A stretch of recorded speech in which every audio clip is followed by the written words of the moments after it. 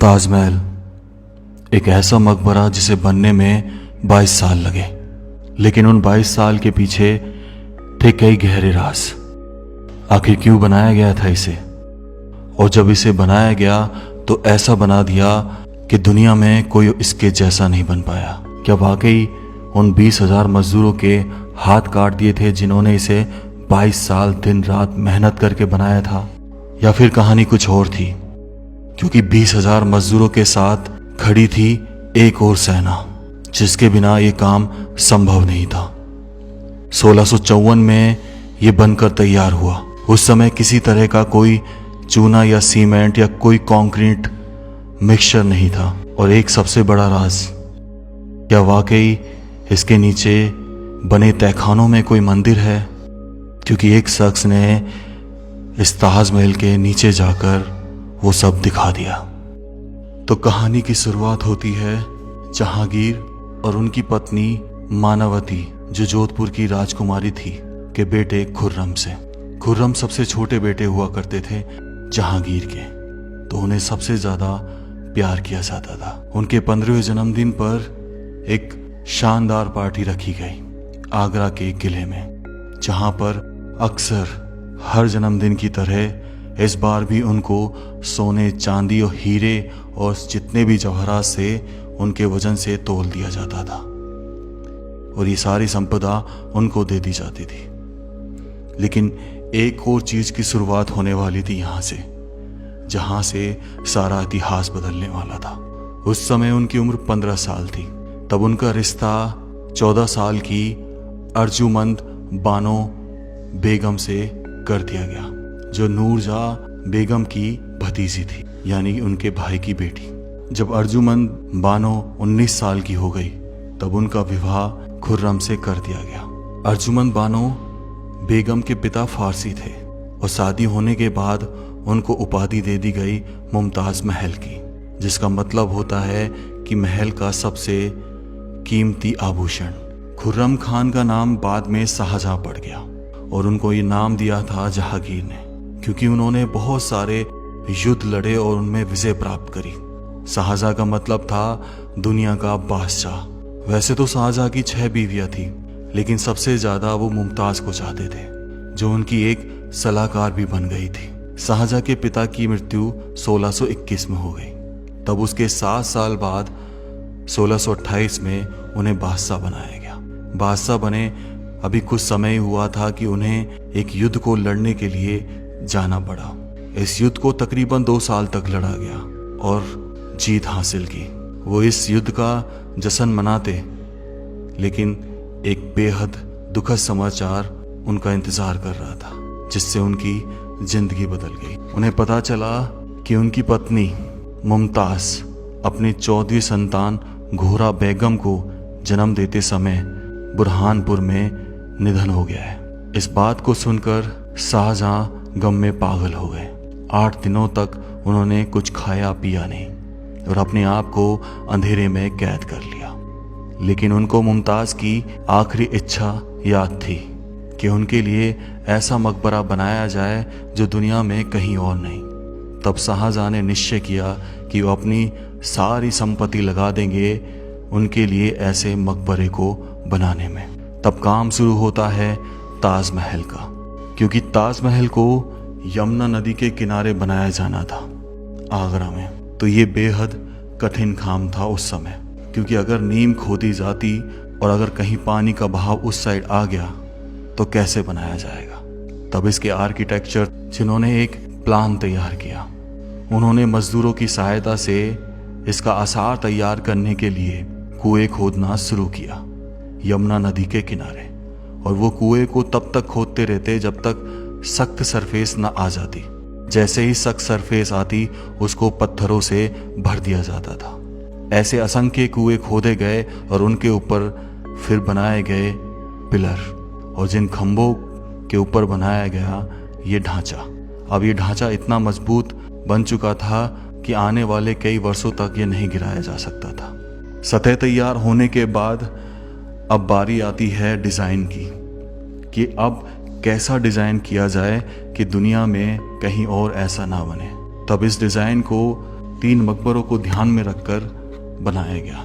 सबसे पहले जहांगीर से मीनारों को लिया गया, उसके बाद अकबर की कब्र के नीचे बना जो ढांचा था, जो सतह थी, स्ट्रक्चर था, उसका आइडिया लिया गया और अपने अंकल के गुंबद का आइडिया। इन तीनों आइडियो को मिलाकर तैयार किया एक ऐसा आर्किटेक्चर जिसे बनाने में पूरे 22 साल लग गए। उस समय इसको बनाने के लिए 20,000 लोगों ने दिन रात काम किया। जब ढांचा तैयार हो गया तब इसके ऊपर लगाया जाने वाला था बेशकीमती पत्थर। उस समय सबसे बेशकीमती पत्थर माना जाता था राजस्थान के अजमेर के मकराना का, जो एक सफ़ेद संगमरमर हुआ करता था। तब कई असंख्य हाथियों ने मिलकर उस पत्थर को ढोया, मकराना से आगरा लेकर आए। अगर ये हाथी नहीं होते तो ये काम संभव नहीं था। तब दिन रात मेहनत कर कर इस पूरे ढांचे को संगमरमर से ढका गया। लेकिन काम अभी पूरा नहीं हुआ था, काम तो अब शुरू हुआ था। इसमें की गई कैलीग्राफी ऐसी जिसमें 2 तरह के डिज़ाइन को बनाया जाने वाला था। एक था पिट्टरडूरा और दूसरा था प्राचीन करी। इसमें होता क्या है कि संगमरमर के पत्थरों को नुकीली चीज़ों से कुरुच के उसमें पत्थर लगाए जाते हैं, बेशकीमती पत्थर, जिसे कैलीग्राफी नाम दिया जाता था। और ये फारसी लोग बहुत अच्छे से किया करते थे। और इन पत्थरों को चिपकाया जाता था एक गम से। वो गम जब आप सुनोगे तो हैरान हो जाओगे। उस गम में मिलाए जाते थे सीरा, लेमन जूस और संगमरमर का पाउडर, जिसको मिलाकर इन पत्थरों को चिपकाया जाता था। और आज तक 450 साल बाद भी ये ऐसा कहीं ऐसा है। और जब भी कोई इसका रिनोवेशन कार्य किया जाता है तब यही गम यूज ली जाती है। उसके बाद ये तैयार हो गया ऐसा ढांचा जिसे आज बना पाना असंभव है, क्योंकि ये किसी बिना सीमेंट, चूना या कंक्रीट के बना हुआ है। आज तो स्टील का यूज कर इसका गुंबद तैयार किया जा सकता है, लेकिन उस समय तो स्टील भी नहीं हुआ करता था। ये आर्किटेक्चर में 22 साल इसीलिए लगे क्योंकि काम बहुत बारीकी से किया गया। इसकी जो 4 मीनारें हैं उनमें एक विशेषता है, क्योंकि ये चारों मीनारें बाहर की तरफ हल्की सी झुकी हुई हैं। और इसके बनाने के पीछे कारण था कि जब इसके सामने बने सलामी गेट से आप ताजमहल को देखते हैं तो ये बिल्कुल सीधी दिखाई देती हैं और ताजमहल आपको बहुत बड़ा दिखाई देगा। लेकिन जैसे ही आप इसके करीब पहुंचते हैं तो ये ताजमहल छोटा हो जाता है और मीनारें बाहर की तरफ झुकी हुई नजर आती हैं। उस समय के कारीगरों ने उस इल्यूजन को इस्तेमाल किया अपनी तकनीक में। सबसे बड़ा कारण इस मीनारों का बाहर की तरफ बनाए जाने का कारण यही था कि जब कभी कोई भूकंप आ जाए तो ये मीनारें ताजमहल के ऊपर ना गिरे, साइड में गिर जाए और ताजमहल को कुछ भी ना हो। इस तरह की तकनीक इस्तेमाल की गई थी इस ताजमहल में। लेकिन एक राज आज भी सोचने पर मजबूर कर देता है कि आखिर ताजमहल के नीचे बने तहखानों में क्या है। जब ये चीज़ ज़्यादा उठने लगी तब ASI ने उन 22 कमरों का राज खोला। जब आप ASI की साइट पे जाएंगे तो वहाँ आपको ताजमहल के नीचे बने हुए उन कमरों की फ़ोटोज़ मिल जाएगी। फ़ोटोज़ को देखकर पता चलेगा कि वहाँ पर कोई किसी तरह का कमरा नहीं है, ना ही कोई मंदिर है। वहाँ पर है एक बहुत बड़ा कॉरिडोर, यानी एक गलियारा, और उसे इसीलिए बंद कर रखा है क्योंकि उसमें जाने का कोई फ़ायदा नहीं। ये 45 एकड़ में जो बना है, इतने बड़े एरिया को घूमने में बहुत समय लगता है। तो इसीलिए कुछ ऐसी चीज़ों को खोला गया जहाँ पर आप वाकई में इस जगह का आनंद उठा सकते हैं। इसका प्राचीन दरवाज़ा जहाँ से शाहजहां आया करते थे वो इसके पूरब में बना हुआ है, जो आज बंद है। उस समय यमुना नदी में नाव में बैठकर इस गेट से शाहजहां अक्सर इस ताजमहल को निहारने आया जाया करते थे। लेकिन 1658 में जब औरंगजेब ने तख्ता पलट किया तब उन्होंने अपने ही पिता शाहजहां को, कहा जाता है, ताजमहल बनवाने के लिए आगरा के किले में कैद कर दिया। लेकिन वहां उनको एक सुविधा दी गई। आगरा के किले में जहां कैद किया गया था उसे मुमसनबर्ग कहा जाता था। जहाँ से अब ये यहाँ पे ताजमहल देखो, ये आज भी इस दिखाई जगह देता है। डायमंड लगे होते थे, ये लोगों ने निकाल लिए, इसलिए इसको क्लोज कर दिया, खरोंच खरोंच के इसलिए इसको क्लोज किया गया, क्योंकि डायमंड निकाल के लेके जा रहे थे, स्टोन जो थे कीमती वो लगा। यहाँ पे देखो किस तरीके से कारीगरी करी, ये जेल हुआ करती थी उस समय की, और बीच में जो है फाउंटेन दिया गया था, मतलब ये डिज़ाइन किया था किसी और चीज़ के लिए, और ये बना। तो कहते हैं कि आखिरी समय जो था, यहाँ से ताजमहल दिखाई देता है, उसको देखते हुए उनकी आखिरी सांस निकली।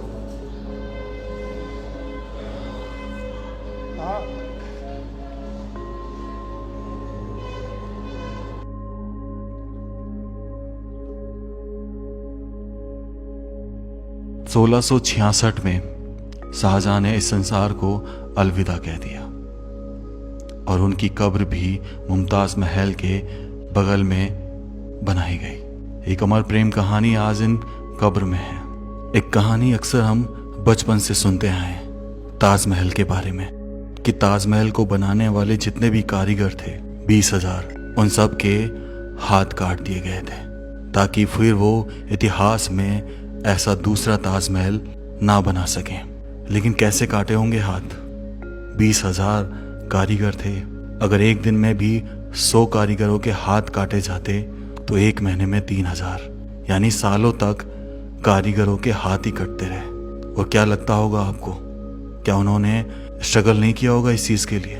चलो ये कहने की बात है, इसे ऐसा ही छोड़ देते हैं। लेकिन एक व्यक्ति ने ऐसा राज खोला जिस पर आप यकीन नहीं कर पाएंगे। जो कब्र हमें ऊपर की तरफ दिखाई देती है, एक्चुअल में वो कब्र है ही नहीं। असली चीज़ तो इसके नीचे बने तहखानों में थी, जहाँ पर किसी को जाना अलाउ नहीं था। लेकिन वो व्यक्ति कैमरे के साथ नीचे चल दिया और वहाँ जाकर पता चला कि वहाँ कोई मंदिर नहीं, वहाँ असलियत में बनी हुई मुमताज महल और शाहजहां की कब्र थी।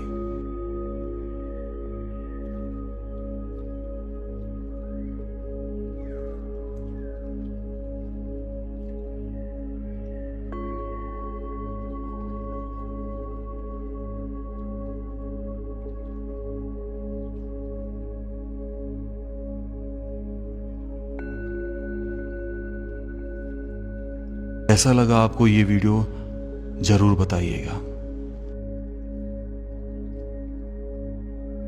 क्या वाकई में ये पहले मंदिर था या हमेशा से एक कब्र?